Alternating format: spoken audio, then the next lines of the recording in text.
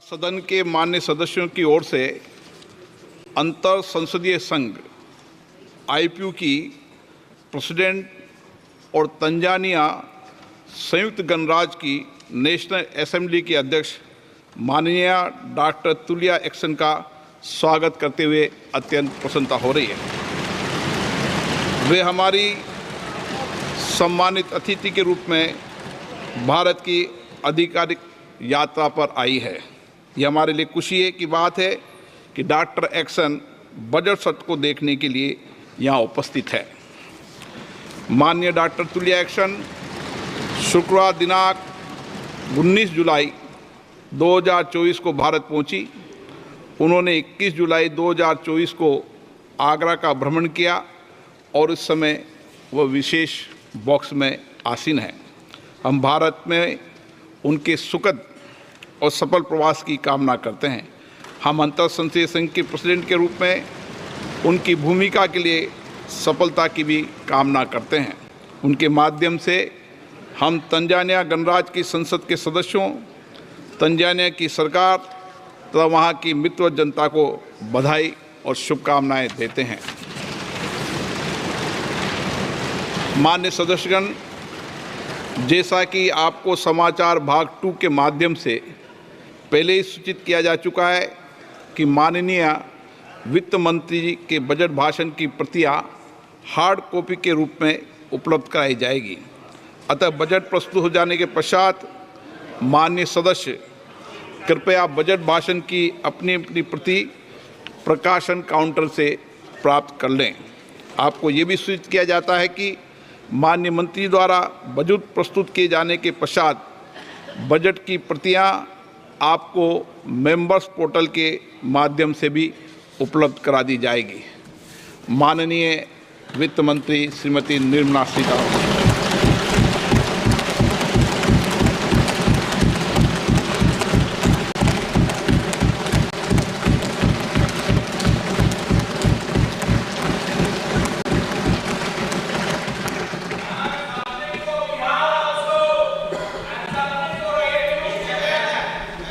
Honorable Speaker, I present the budget for 24-25.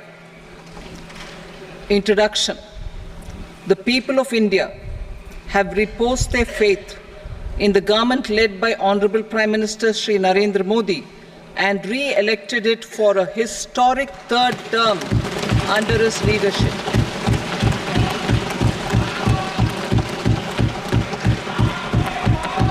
We are grateful for their support, faith, and trust in our policies.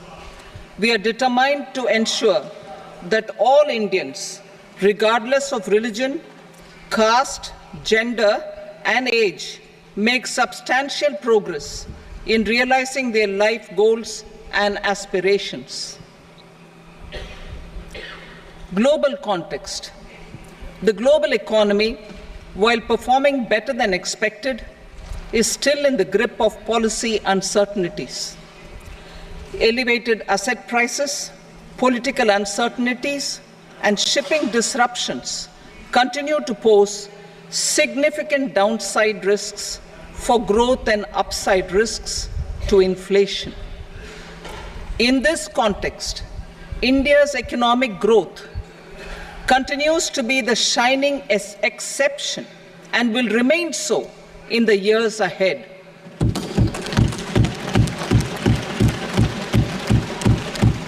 India's inflation continues to be low, stable, and moving towards the 4% target. Core inflation, that is non-food and non-fuel, currently is 3.1%. Steps are being taken to ensure supplies of perishable goods reach markets adequately. Interim budget. As mentioned in the interim budget, we need to focus on 4 major castes, namely the Garib, Mahilaye, Yuva, and Annadata, the poor, women, youth, and the farmer.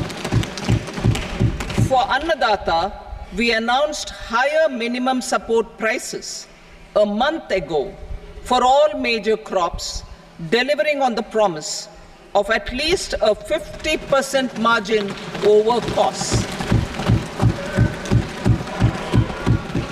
Pradhan Mantri Garib Kalyan Anna Yojana was extended for 5 years, benefiting more than 80 crore people. Administrative actions for approval and implementation of various schemes announced in the interim budget are well underway. The required allocations have been made. Budget theme. Turning attention to the full year and beyond in this budget, we particularly focus on employment, skilling, MSMEs, and the middle class.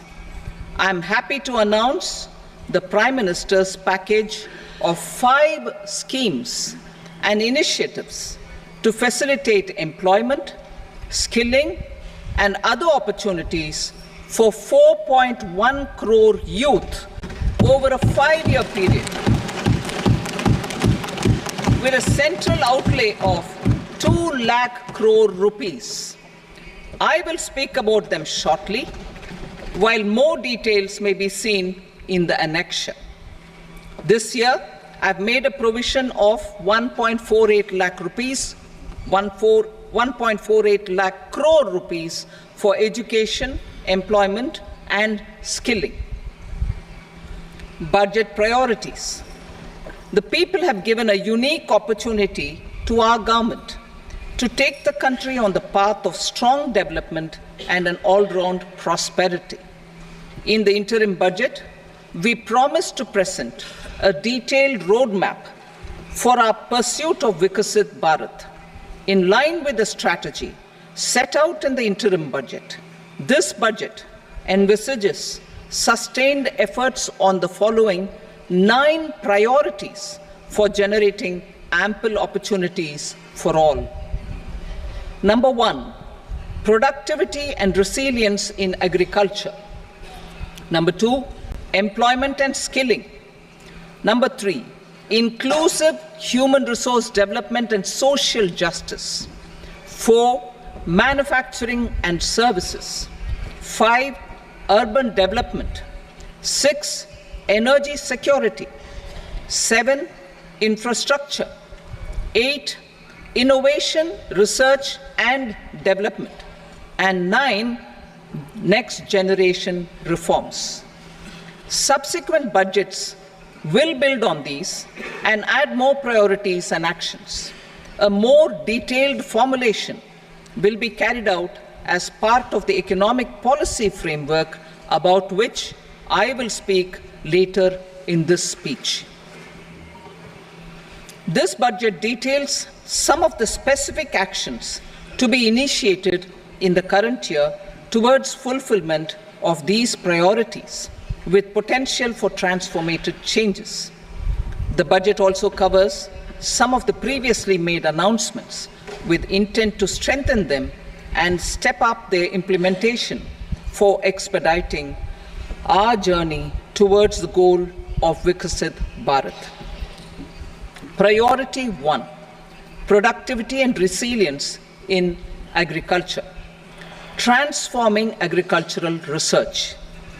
Our government will undertake a comprehensive review of the agricultural research setup to bring the focus on raising productivity and developing climate-resilient varieties.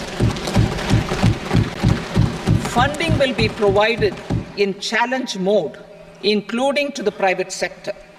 Domain experts, both from the government and outside, will oversee the conduct of such research.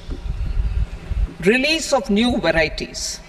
New 109 high-yielding and climate-resilient varieties of 32 field and horticultural crops will be released for cultivation by farmers. Natural farming. In the next 2 years, 1 crore farmers across the country will be initiated into natural farming, supported by certification and branding. Implementation will be through scientific institutions and willing gram panchayats. 10,000 need-based bio-input resource centers will be established. Missions for pulses and oilseeds. For achieving self-sufficiency in pulses and oilseeds, we will strengthen their production, storage, and marketing. As announced in the interim budget, a strategy is being put in place to achieve Atmanirbharta for oilseeds such as mustard, groundnut, sesame, soybean, and sunflower. Vegetable production and supply chains. Large-scale clusters for vegetable production will be developed closer to major consumption centers. We will promote farmer-producer organizations, cooperatives, and startups for vegetable supply chains, including for collection and storage and marketing.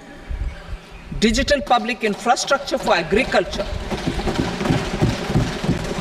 Buoyed by the success of the pilot project, our government, in partnership with the states, will facilitate the implementation of the digital public infrastructure in agriculture for coverage of farmers and their lands in 3 years.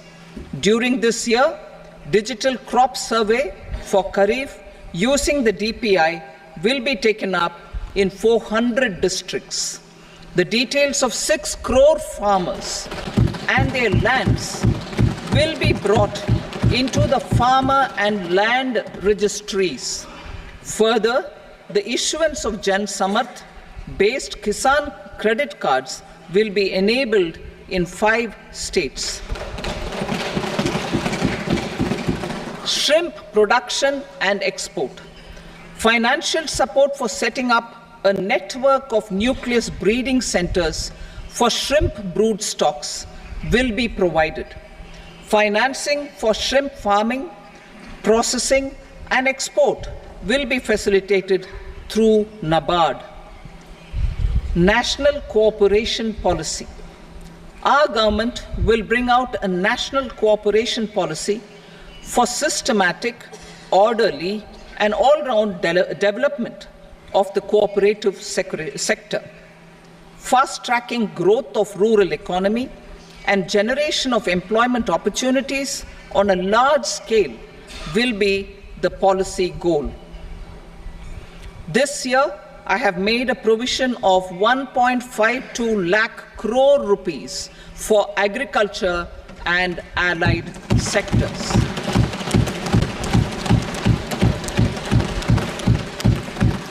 Priority 2, employment and skilling.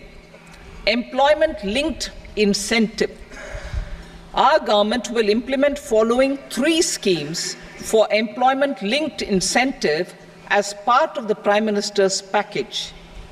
These will be based on enrollment in the EPFO and focus on recognition of first-time employees and support to employees and employers. Scheme A, first-timers. This scheme will provide 1 month wage to all persons newly entering the workforce in all formal sectors.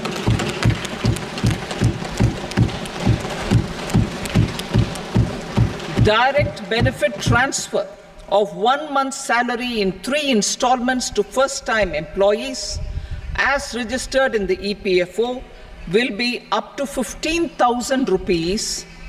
The eligibility limit will be a salary of 1 lakh per month.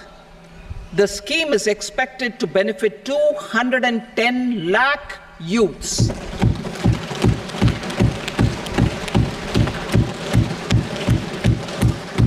Scheme B, job creation in manufacturing. This scheme will incentivize additional employment in the manufacturing sector linked to the employment of first-time employees. An incentive will be provided at specified scale directly both to the employee and the employer with respect to their EPFO contribution in the first 4 years of employment. The scheme is expected to benefit 30 lakh youth entering employment and their employers.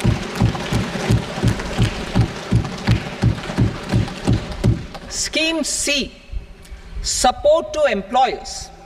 This employer-focused scheme will cover additional employment in all sectors. All additional employment within a salary of 1 lakh rupee per month will be counted. The government will reimburse to employers up to 3,000 rupees per month for 2 years towards the EPFO contribution for each additional employee. The scheme is expected to incentivize additional employment of 50 lakh persons.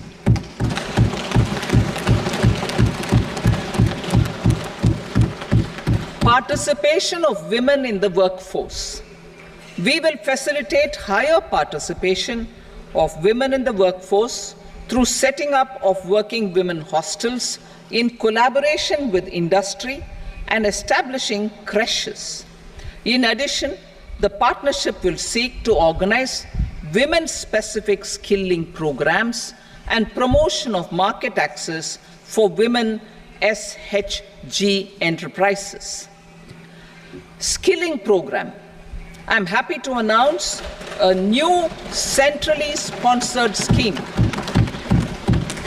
as the fourth scheme under the Prime Minister's package for skilling in collaboration with state governments and industry.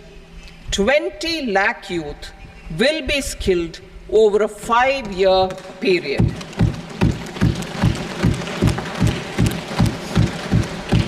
"1,000 industrial training institutes will be upgraded in hub and spoke arrangements with outcome orientation. Course content and design will be aligned to the skill needs of industry, and new courses will be introduced for emerging needs." Skilling loans. The model skill loan scheme will be revised to facilitate loans up to 7.5 lakh rupees with a guarantee from a government-promoted fund. This measure is expected to help 25,000 students every year.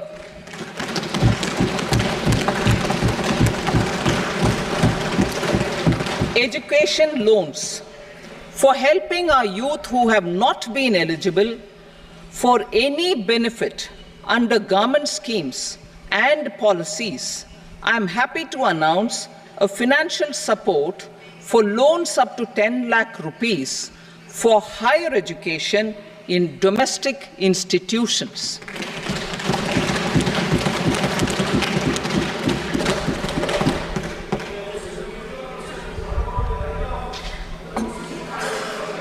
E-vouchers for this purpose.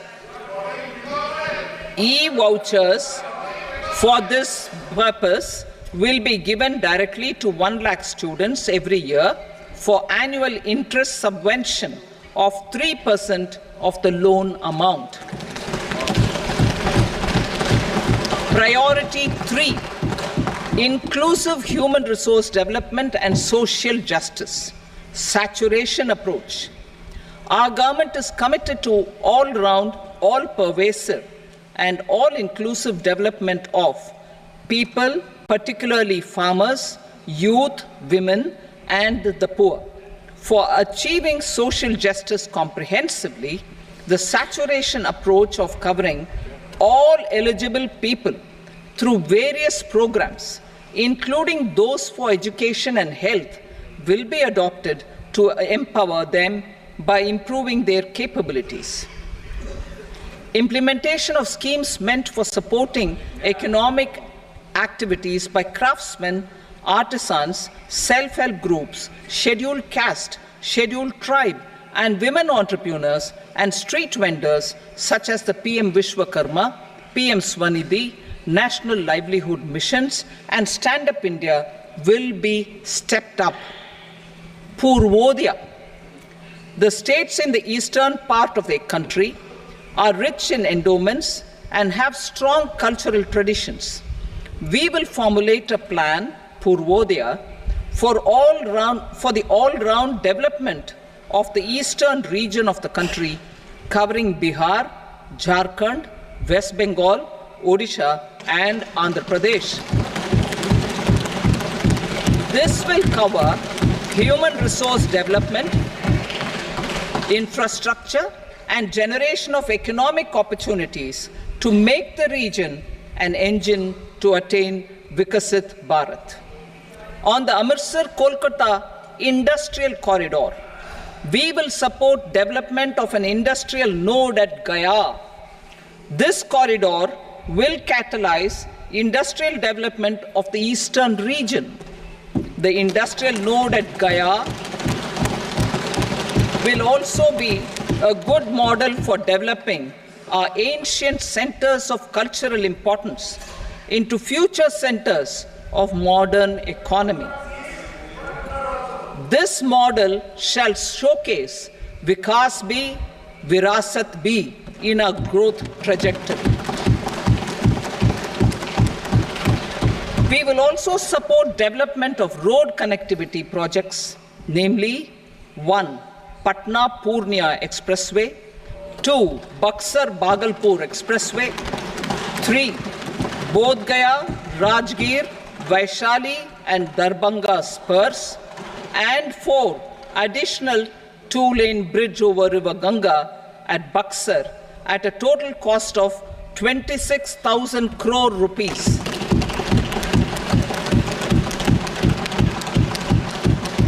Power projects, including setting up of a new 2,400 megawatt power plant at Pir Painti, will be taken up at a cost of 21,400 crore rupees. New airports, medical colleges, and sports infrastructure in Bihar will be constructed. An additional allocation to support capital investments will be provided. The requests of Bihar government for external assistance from multilateral development banks will be expedited.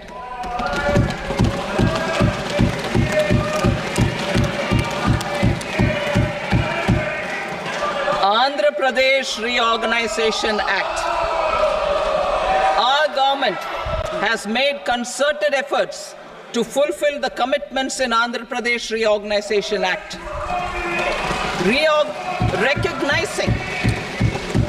Recognizing the state's need for the capital, recognizing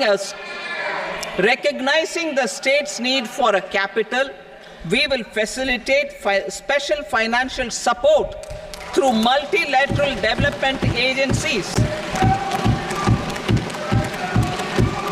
In the current financial year, 15,000 crore rupees will be arranged with additional amounts in future years.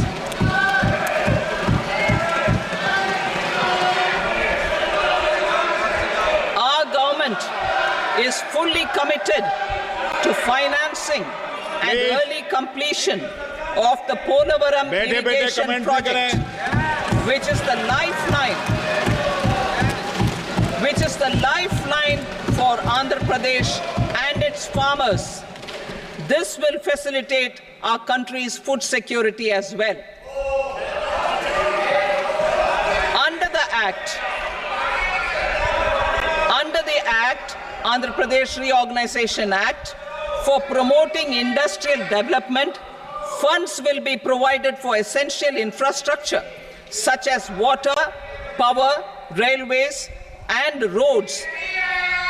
In Kopparthi node on the Visakhapatnam-Chennai Industrial Corridor and Varavakal node on the Hyderabad-Bengaluru Industrial Corridor.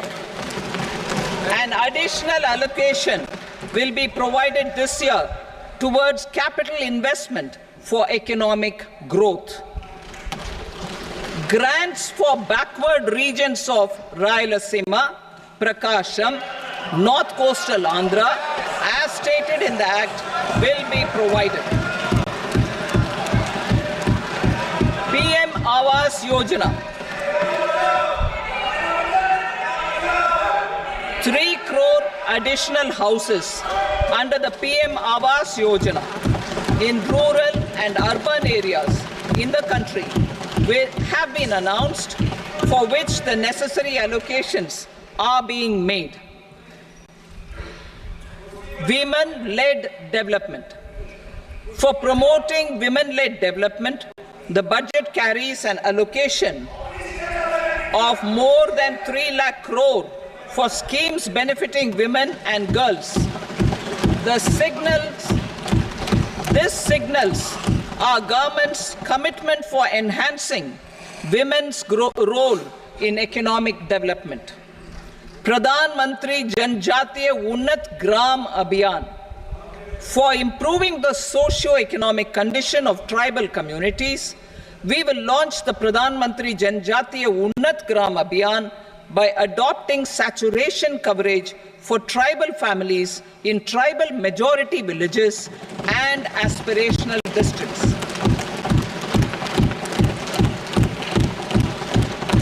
This will cover 63,000 villages, benefiting 5 crore tribal people. Bank branches in northeastern region. More bank will be set up in the northeast region to expand the banking services.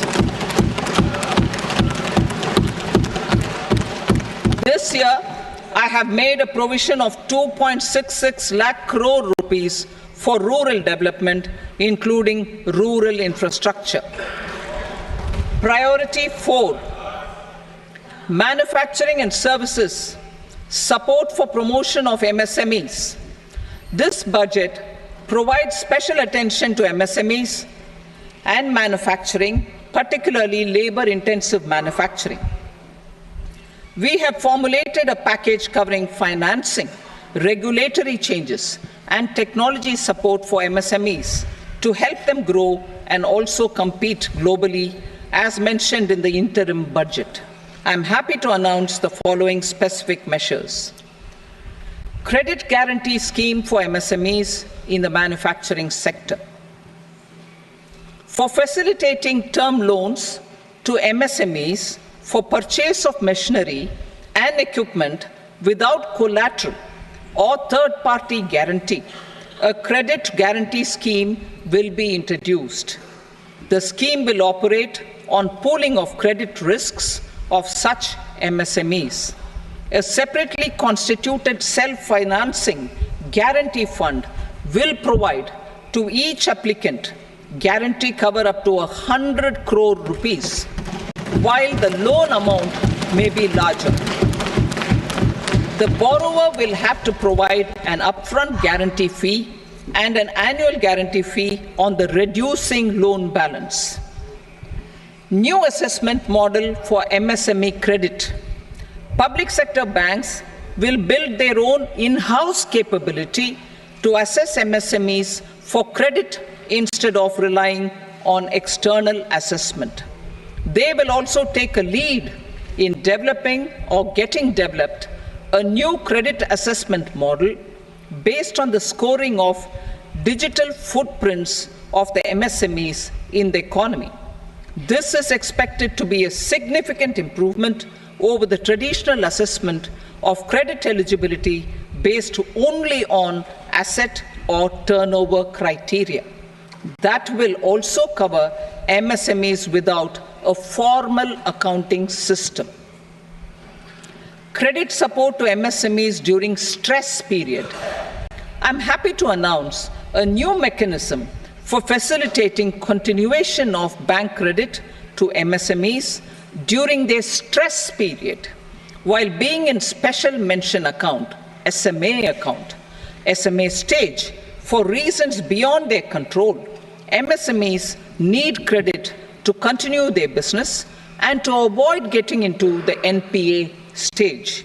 Credit availability will be supported through a guarantee from a government-promoted fund. Mudra loans. The limit of Mudra loans will be enhanced to 20 lakh from the current 10 lakh for those entrepreneurs who have availed and successfully repaid previous loans under the Tarun category. Enhanced scope for mandatory onboarding in TREDS.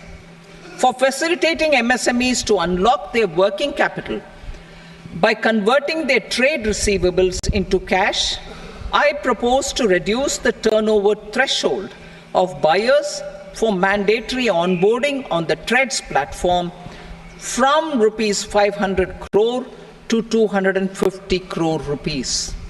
This measure will bring 22 more CPSCs and 7,000 more companies onto the platform.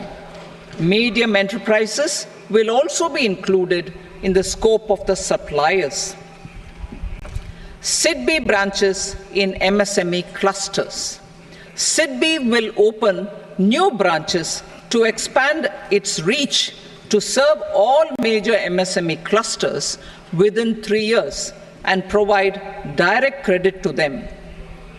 With the opening of 24 such branches this year, the service coverage will expand to 168 out of 242 major clusters. MSME units for food irradiation, quality and safety testing.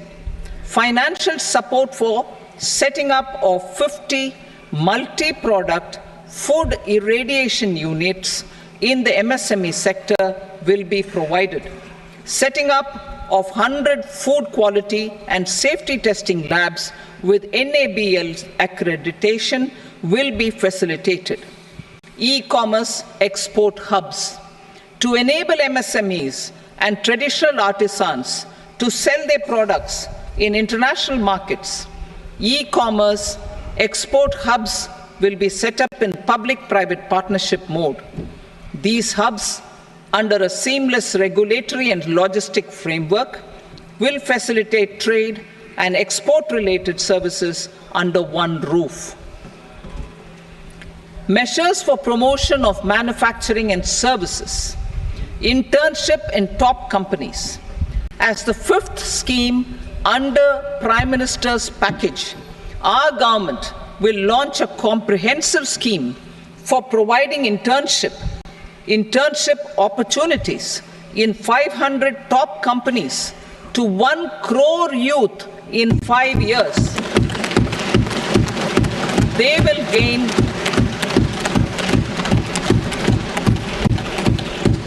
will gain exposure for 12 months to real-life business environment, varied professions, and employment opportunities. An internship allowance of 5,000 per month, 5,000 rupees per month, along with a one-time assistance of 6,000 rupees will be provided. Companies will be expected to bear the training cost and 10% of their internship cost from their CSR funds.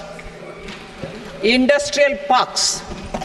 Our government will facilitate development of investment-ready, plug-and-play industrial parks with complete infrastructure in or near 100 cities in partnership with the states and private sector by better using town planning schemes. 12 industrial parks under the National Industrial Corridor Development Program also will be sanctioned.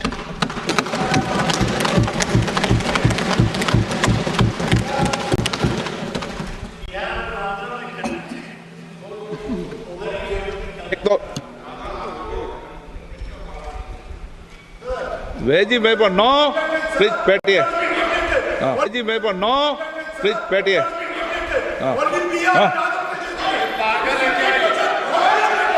Housing with dormitory type accommodation for industrial workers will be just 1 minute. Rental housing, I repeat, rental housing with dormitory type accommodation for industrial workers will be facilitated in PPP mode with VGF support and commitment from anchor industries. Shipping industry. ownership, leasing, and flagging reforms will be implemented to improve the share of Indian shipping industry and generate more employment. Critical mineral mission. We will set up a critical mineral mission for domestic production, recycling of critical minerals, and overseas acquisition of critical mineral assets. Its mandate will include technology development, skilled workforce, extended producer responsibility framework, and a suitable financing mechanism. Offshore mining of minerals. Our government will launch the auction of the first tranche of offshore blocks for mining, building on the exploration already carried out. Digital public infrastructure applications. Turning to the services sector, I propose development of DPI applications at population scale for productivity gains, business opportunities, and innovation by the private sector. These are planned in the areas of credit, e-commerce, education, health, law and justice, logistics, MSME service delivery, and urban governance. Integrated technology platform for IBC ecosystem. An integrated technology platform will be set up for improving the outcomes under the Insolvency Bankruptcy Code for achieving consistency, transparency, timely processing, and better oversight for all stakeholders. Voluntary closure of LLPs.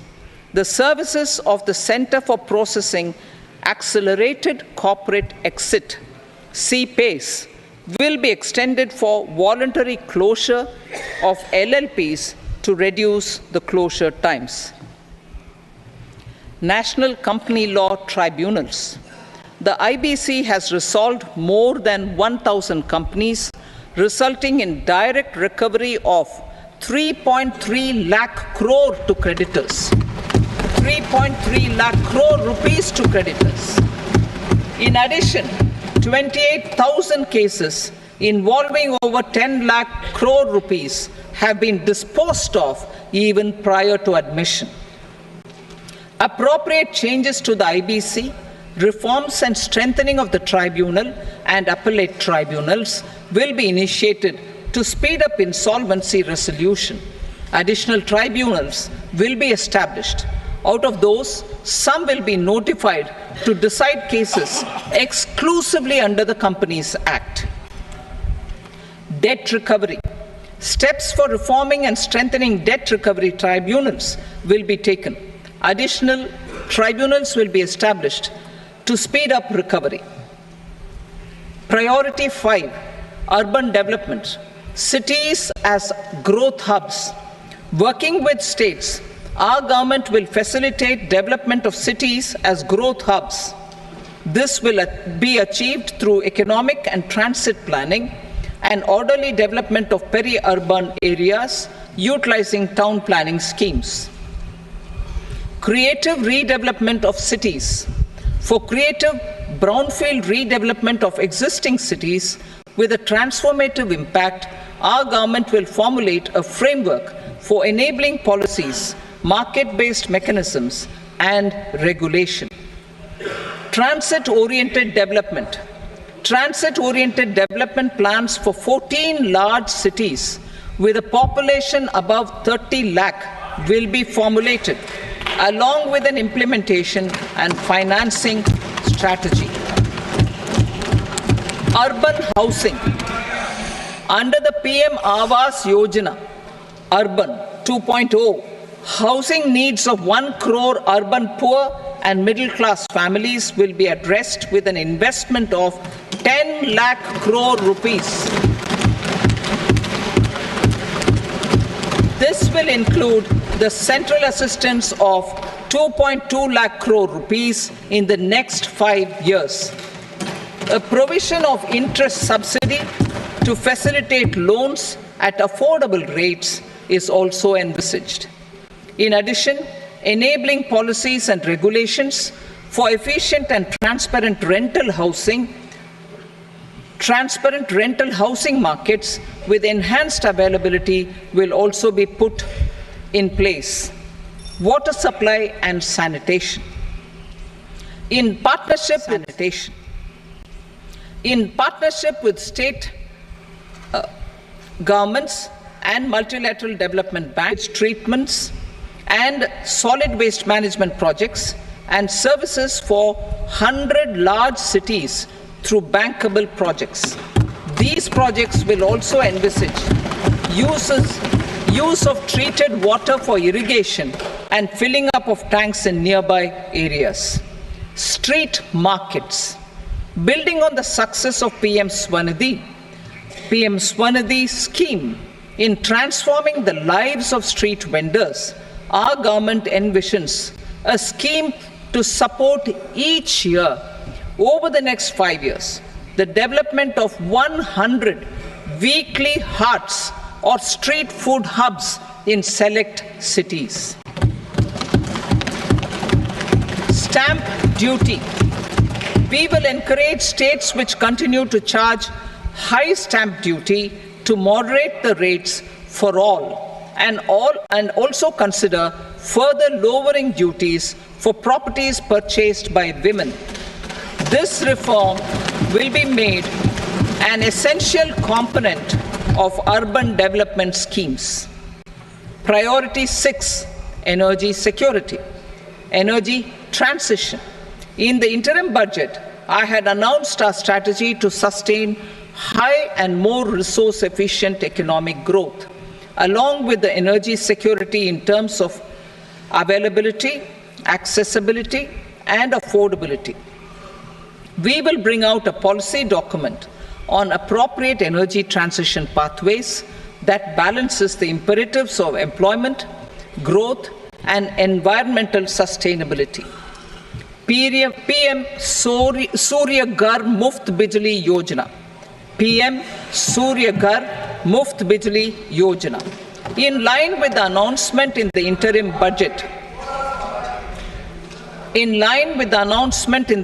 budget, PM Surya Ghar Muft Bijli Yojana has been launched to install rooftop solar plants to enable 1 crore households obtain free electricity up to 300 units every month. The scheme has generated remarkable response with more than 1.28 crore registrations and 14 lakh applications, and we will further encourage it. Pumped storage policy. A policy for promoting pumped storage projects will be brought out for electricity storage and facilitating smooth integration of the growing share of renewable energy with its variable and intermittent nature in the overall energy mix. Research and development of small and modular nuclear reactors. Nuclear energy is expected to form a very significant part of the energy mix for Vikasit Bharat. Towards that pursuit, our government will partner with the private sector for 1.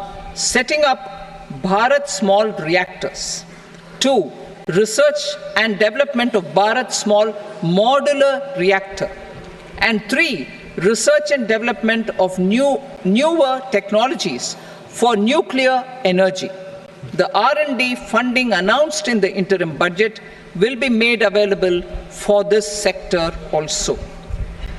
Advanced ultra supercritical thermal power plants.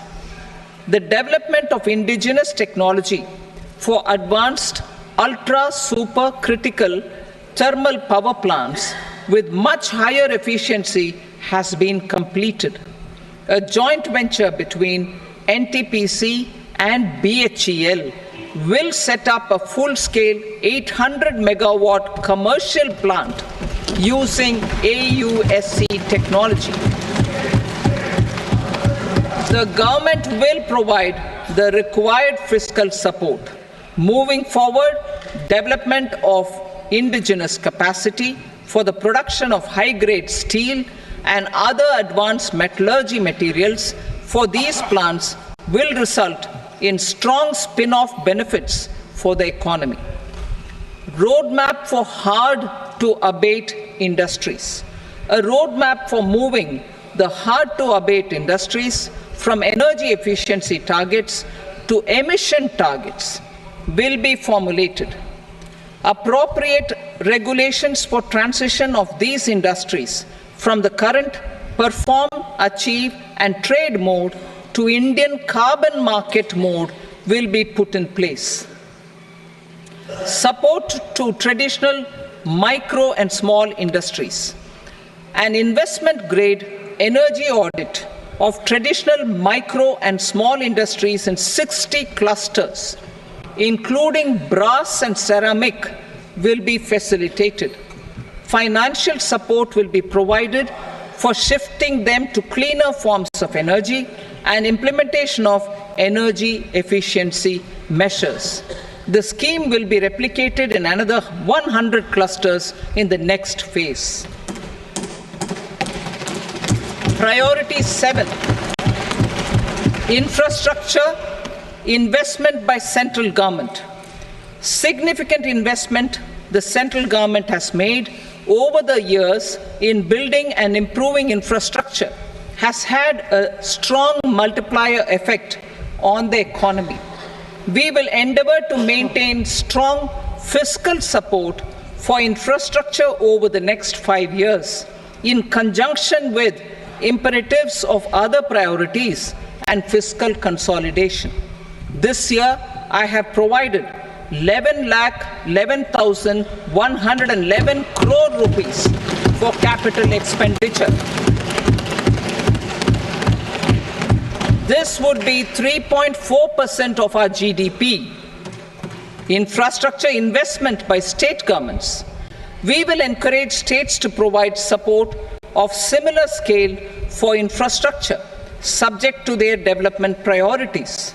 A provision of 1.5 lakh crore rupees for long-term interest-free loans have been made this year also to support the states in their resource allocation.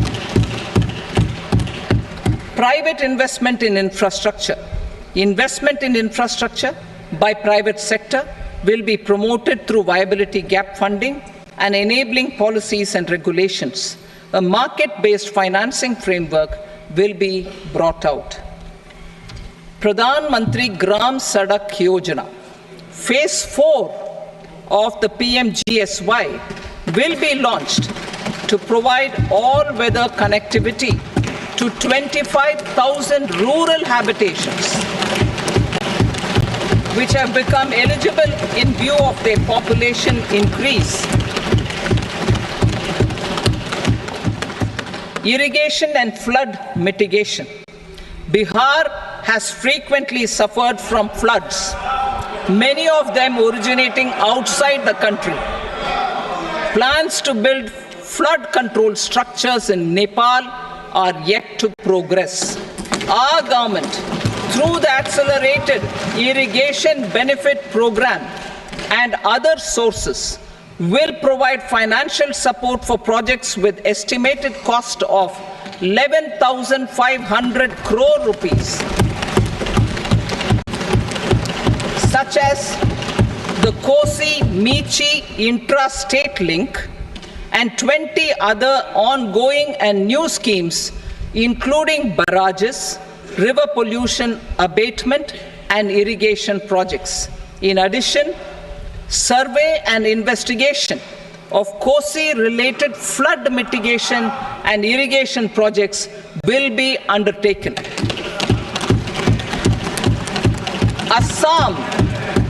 Assam grapples with floods every year by the Brahmaputra River and its tributaries originating outside India.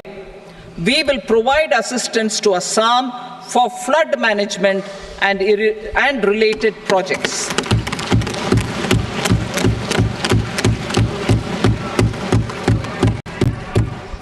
Himachal Pradesh suffered extensive losses due to floods last year. Our government will provide assistance to the state for reconstruction and rehabilitation through multilateral development assistance.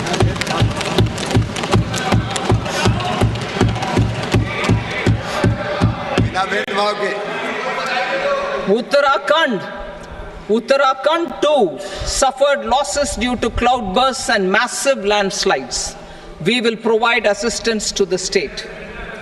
Recently, Sikkim witnessed devastating flash floods and landslides that wreaked havoc across the state. Our government will provide assistance to the state. Tourism has always been a part of our civilization. Our efforts in positioning India as a global tourist destination will also create jobs, stimulate investments, and unlock economic opportunities for other sectors. In addition to the measures outlined in the interim budget, I propose the following measures.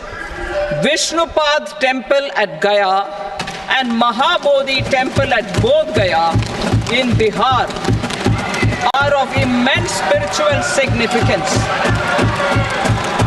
Comprehensive development of Vishnupad Temple Corridor and Mahabodhi Temple Corridor will be supported, modeled on the successful Kashi Vishwanath Temple Corridor to transform them into world-class pilgrim and tourist destinations.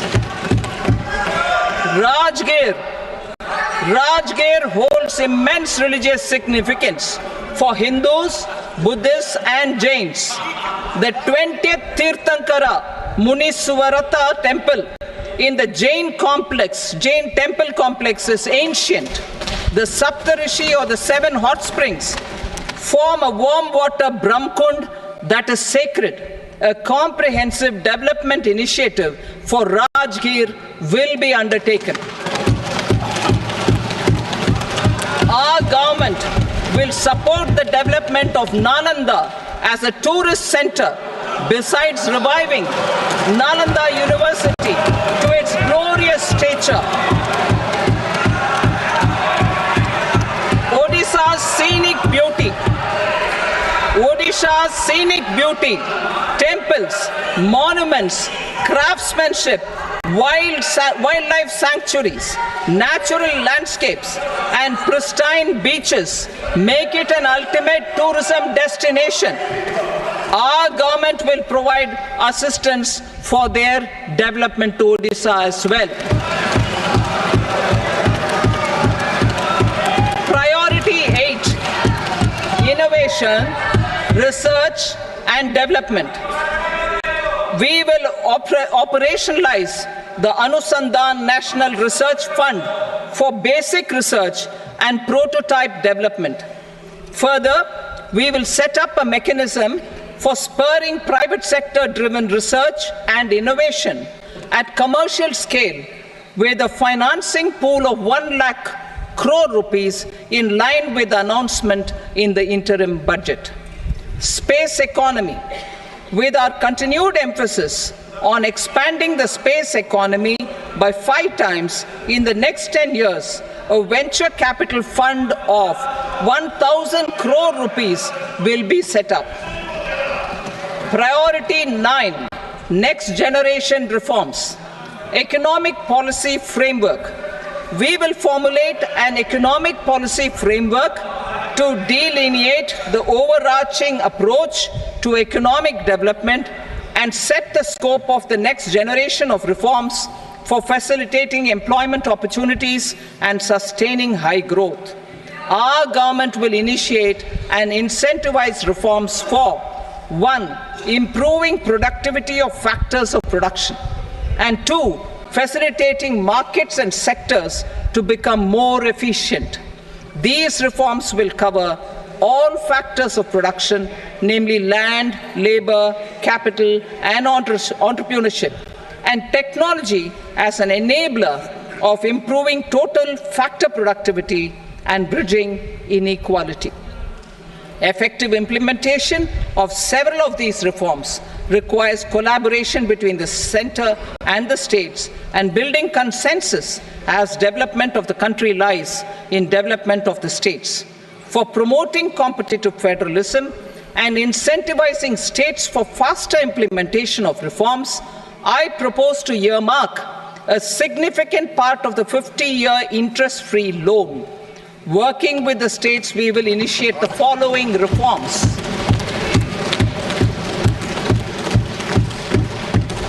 Land-related reforms and actions, both in the rural and urban areas, will cover land administration, will cover 1.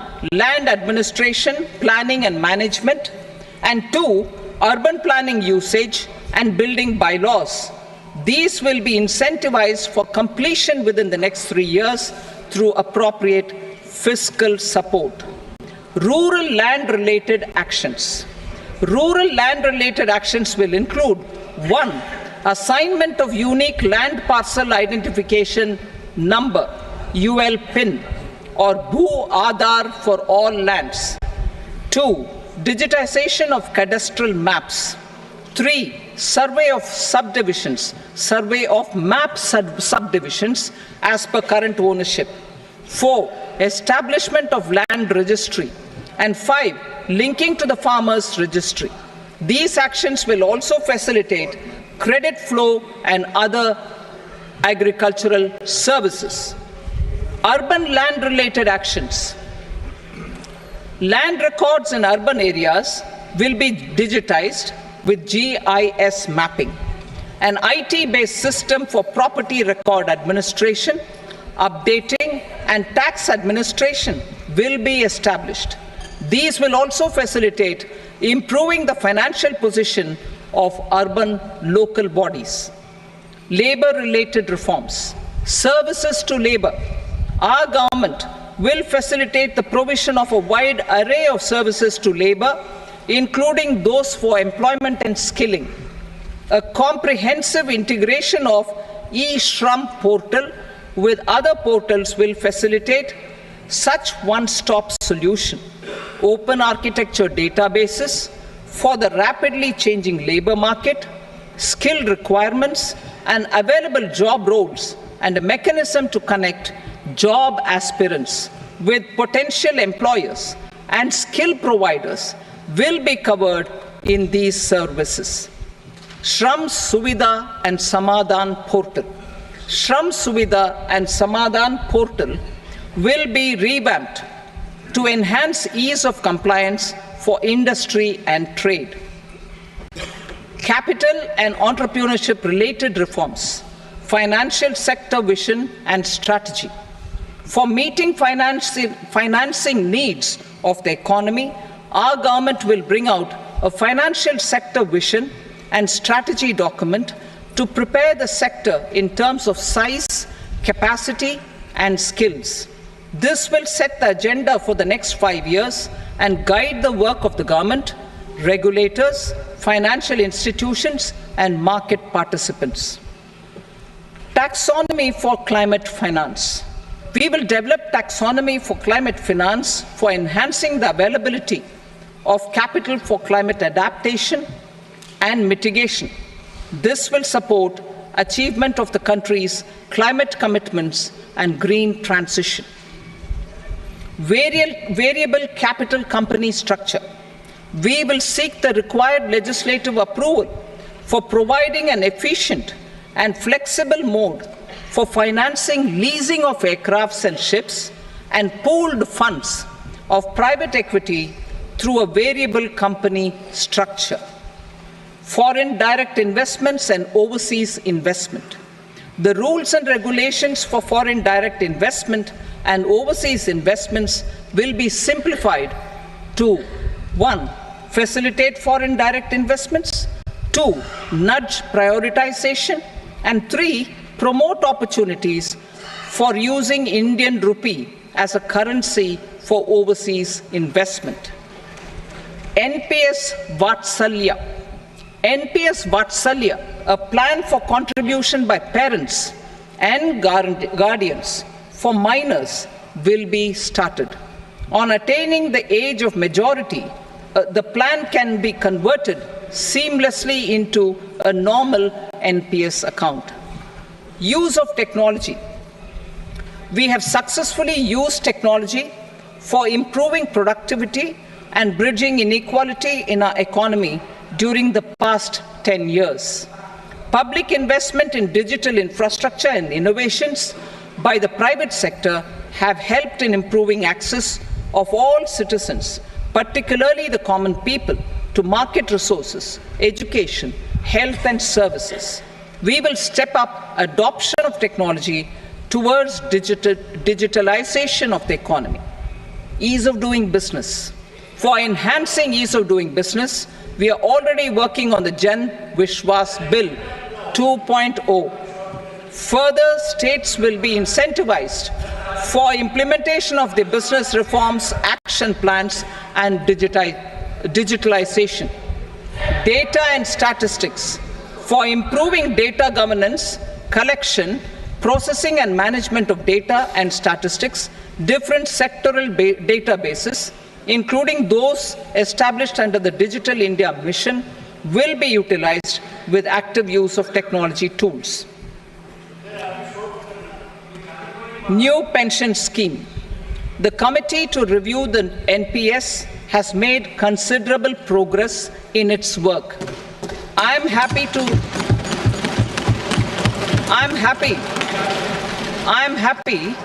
that the staff side of the National Council of the Joint Consultative Machinery for Central Government Employees has taken a constructive approach. A solution will be evolved which addresses the relevant issues while maintaining fiscal prudence to protect the common citizens. Budget estimates for 24-25. For the year 24-25, total receipts other than borrowings and the total expenditure are estimated at 32.07 lakh crore rupees and 48.21 lakh crore rupees respectively. The net tax receipts are estimated at 25.83 lakh crore rupees. The fiscal deficit is estimated at 4.9% of the GDP. The gross and the net market borrowings through dated securities during 24-25 are estimated at 14.01 lakh crore rupees and 11.63 lakh crore rupees respectively. Both will be less than that in 23-24. The fiscal consolidation path announced by me in 2021 has served our economy very well, and we aim to reach the deficit below 4.5% next year. The government is committed to staying the course. From 2026-27 onwards, our endeavour will be to keep the fiscal deficit each year such that the central government's debt will be on a declining path as percentage of GDP. I will now move to Part B.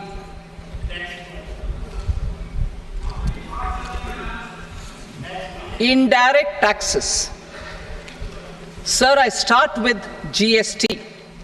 It has decreased tax incidence on the common man, reduced compliance burden and logistics cost for trade and industry, and enhanced revenues of the central and the state governments. It is a success of vast proportions. To multiply the benefits of GST, we will strive to further simplify and rationalize the tax structure and endeavour to expand it to the remaining sectors. My proposals for customs duties intend to support domestic manufacturing, deepen local value addition, promote export competitiveness, and simplify taxation while keeping the interest of the general public and consumers surmount. In Budget 22-23, we reduced the number of customs duty rates. I propose to undertake a comprehensive review of the rate structure over the next 6 months to rationalize and simplify it for ease of trade, removal of duty inversion, and reduction of disputes. I shall now take up sector-specific customs duty proposals. Medicine and medical equipments. To provide relief to cancer patients, I propose to fully exempt 3 more medicines from customs duties.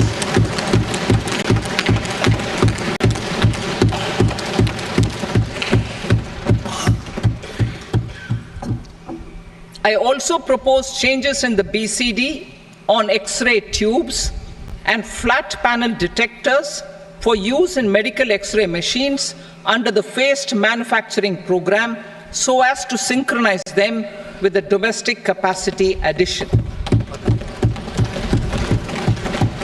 Mobile phone and related parts. With a 3-fold increase in domestic production and almost a 100-fold jump in exports of mobile phones over the last 6 years, the Indian mobile industry has matured. In the interest of consumers, I now propose to reduce the BCD on mobile phone, mobile PCBA, and mobile charger to 15%. Critical minerals. Minerals such as lithium, copper, cobalt, and rare earth elements are critical for sectors like nuclear energy, renewable energy, space, defense, telecommunications, and high-tech electronics. I propose to fully exempt customs duties on 25 critical minerals and reduce BCD on 2 of them. This will provide a major fillip to the processing and refining of such minerals and help secure their availability for these strategic and important sectors. Solar energy. Energy transition is critical in the fight against climate change. To support energy transition, I propose to expand the list of exempted capital goods for use in the manufacture of solar cells and panels in the country.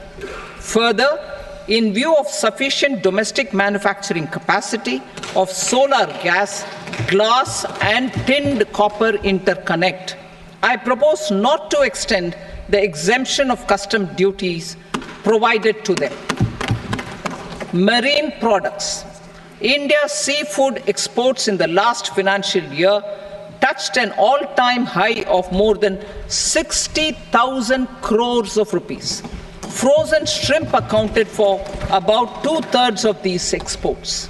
To enhance their competitiveness, I propose to reduce BCD on certain broodstock, polychaete worms, shrimp, and fish feed to 5%. I also propose to exempt customs duty on various inputs for manufacture of shrimp and fish feed. Leather and textile. Similarly, to enhance the competitiveness of exports in the leather and textile sectors, I propose to reduce BCD on real down-filling material from duck or goose. I am also making additions to the list of exempted goods for manufacture of leather and textile garments, footwear, and other leather articles for export. To rectify inversion in duty, I propose to reduce BCD subject to conditions on methylene diphenyl diisocyanate MDI for manufacture of spandex yarn from 7.5 to 5%. Furthermore, the export duty structure on raw hides, skin, and leather is proposed to be simplified and rationalized. Precious metals. To enhance domestic value addition in gold and precious metal jewelry in the country, I propose to reduce customs duties on gold and silver to 6% and that of platinum to 6.4%. Other metals. Steel and copper are important raw materials. To reduce their cost of production, I propose to remove the BCD on ferronickel and blister copper. I am also continuing with nil BCD on ferrous scrap and nickel cathode and concessional BCD of 2.5% on copper scrap. Electronics. To increase value addition in the domestic electronics industry, I propose to remove the BCD subject to conditions on oxygen-free copper for manufacture of resistors. I also propose to exempt certain parts for manufacture of connectors. Chemicals and petrochemicals. To support existing and new capacities in the pipeline, I propose to increase the BCD on ammonium nitrate from 7.5% to 10%. Plastics. PVC flex banners are non-biodegradable and hazardous for environment and health. To curb their imports, I propose to raise the BCD on them from 10 to 25%. Telecommunication equipment. To incentivize domestic manufacturing, I propose to increase the BCD from 10 to 15% on PCBA of specified telecom equipment. Trade facilitation. To promote domestic aviation and boat and ship MRO, I propose to extend the period for export of goods imported for repairs from 6 months to 1 year. I'll read that again. To promote domestic aviation and boat and ship maintenance, repair and operations, I propose to extend the period for export of goods imported for repairs from 6 months to 1 year. In the same vein, I propose to extend the time limit for re-import of goods for repairs under warranty from 3 to 5 years. I now move to direct taxes. We will continue our efforts to simplify taxes, improve taxpayer services, provide tax certainty, and reduce litigation while enhancing revenues for funding the development and welfare schemes of the government. It has been our endeavor to simplify taxation. We have taken a number of measures in the last few years, including introduction of simplified tax regimes without exemptions and deductions for corporate tax and for personal income tax. This has been appreciated by taxpayers. 58% of corporate tax came from the simplified tax regime in the financial year 22-23. Similarly, as per data available till now, for the last fiscal, more than 2/3 have availed the new personal income tax regime. Comprehensive review of the Income Tax Act. I am now announcing a comprehensive review of the Income Tax Act 1961. The purpose is to make the Act concise, lucid, easy to read and understand. This will reduce disputes and litigation, thereby providing tax certainty to the taxpayers. I will also bring down the demand embroiled in litigation. It is proposed to be completed in 6 months. A beginning is being made in the finance bill by simplifying the tax regime for charities, tedious rate structures, provisions of reassessment and such provisions, and capital gains taxation. Simplification for charities and tedious. Two tax exemption regimes. The two tax exemption regimes for charities are proposed to be merged into one. The 5% tedious rate on many payments is being merged into the 2% tedious rate, and the 20% tedious rate on repurchase of units by mutual funds or UTI is being withdrawn. Tedious rate on e-commerce operators is proposed to be reduced from 1 to 0.1%. Moreover, credit of TCS is proposed to be given in the TDS to be deducted on salary. Further, I propose to decriminalize delay for payment of TDS up to the due date of filing statement for the same. I also plan to provide a standard operating procedure for tedious defaults and simplify and rationalize the compounding guidelines for such defaults. Simplification of reassessment. I propose to thoroughly simplify the provisions for reopening and reassessment. An assessment hereinafter can be reopened beyond 3 years from the end of the assessment year only if the escaped income is 50 lakh rupees or more, up to a maximum period of 5 years from the end of the assessment year. Even in such cases, a time limit of 6 years before the year of the search, as against the existing time limit of 10 years, is being proposed. This will reduce tax uncertainty and disputes. Simplification and rationalization of capital gains.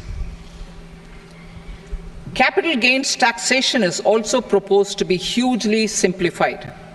Short-term gains on certain financial assets shall henceforth attract a tax rate of 20%, while that on all other financial assets and all non-financial assets shall continue to attract the applicable tax rate.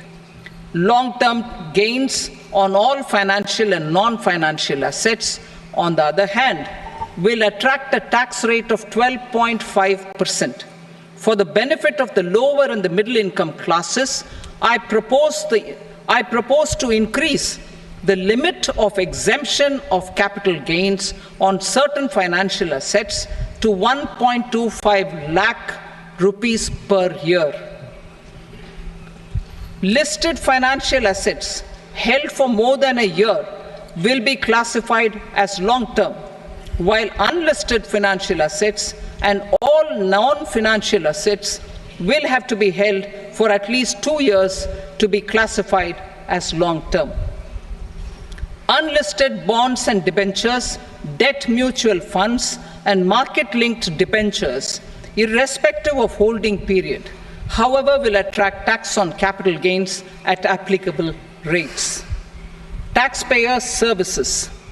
All the major taxpayer services under GST and most services under customs and income tax have been digitalized. All remaining services of customs and income tax, including rectification and order giving effect to appellate orders, shall be digitalized and made paperless over the next 2 years. Litigation and appeals. While our concerted efforts to reduce pendency of appeals at various appellate fora are beginning to show good results, it will continue to engage our highest attention. To dispose of the backlog of first appeals, I plan to deploy more officers to hear and decide such appeals, especially those with large tax effect. For resolution of certain income tax disputes pending in appeal, I am also proposing Vivad Se Vishwas Scheme 2024. Further, I propose to increase monetary limits for filing appeals related to direct taxes, excise, and service tax in the tax tribunals, high courts, and Supreme Court to 60 lakh rupees, 2 crore rupees, and 5 crore respectively, with a view to reduce litigation and provide certainty in international taxation. We will expand the scope of safe harbor rules and make them more attractive. We will also streamline the transfer pricing assessment procedure. Employment and investment. I have a few proposals to promote investment and foster employment. First of all, to bolster the Indian startup ecosystem, boost the entrepreneurial spirit, and to support innovation, I propose to abolish the so-called angel tax for all classes of investors. Second, there is tremendous potential for cruise tourism in India. To give a fillip to this employment-generating industry, I am proposing a simpler tax regime for foreign shipping companies operating domestic cruises in the country. Third, India is a world leader in the diamond cutting and polishing industry, which employs a large number of skilled workers. To further promote the development of this sector, we would provide for safe harbor rates for foreign mining companies selling raw diamonds in the country. Fourth, to attract foreign capital for our development needs, I propose to reduce the corporate tax rate on foreign companies from 40 to 35%. Deepening the tax base. I have a couple of proposals for deepening the tax base. First, security transaction tax on futures and options of securities is proposed to be increased to 0.02% and 0.1% respectively. Second, for reasons of equity, I propose to tax income received on buyback of shares in the hands of recipients. Other proposals. To improve social security benefits, deduction of expenditure by employers towards NPS is proposed to be increased from 10 to 14% of the employee's salary.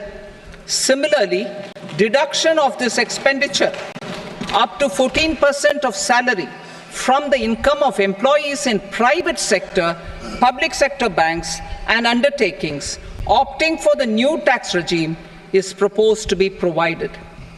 Indian professionals working in multinationals get ESOPs and invest in social security schemes and other movable assets abroad. Non-reporting of such small foreign assets has penal consequences under the Black Money Act. Such non-reporting of movable assets up to 20 lakh rupees is proposed to be depenalized. Other major proposals in the finance bill relate to withdrawal of equalization levy of 2%, expansion of tax benefits to certain funds and entities in IFSCs, and immunity from penalty and prosecution to Benamidar on full and true disclosure so as to improve conviction under the Benami Transaction Prohibition Act 1988. Personal income tax. Coming to personal income tax rates, I have two announcements to make for those opting for the new tax regime. First, the standard deduction for salaried employees is proposed to be increased from 50,000 to 75,000 rupees.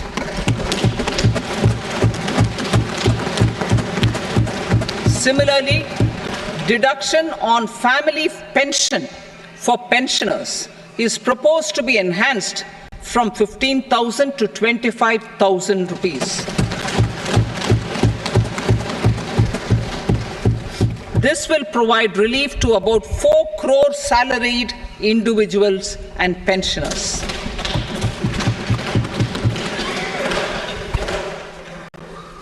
Second, in the new tax regime, the tax rate structure is proposed to be revised as follows. 0 to 3 lakh rupees, nil. 3 to 7 lakh rupees, 5%. 7 to 10 lakh rupees, 10%. 10 to 12 lakh rupees, 15%.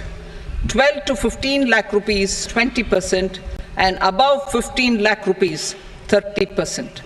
As a result of these changes, a salaried employee in the new tax regime stands to save up to 17,500 rupees in income tax.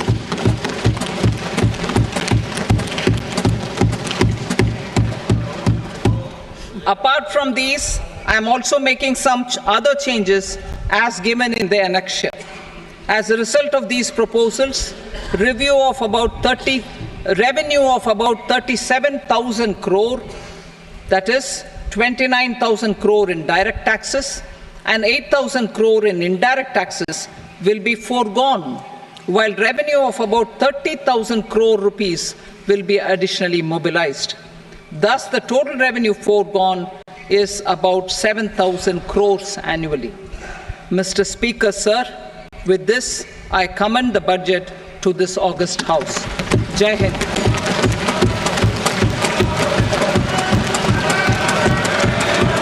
Item number 2. Item number 2.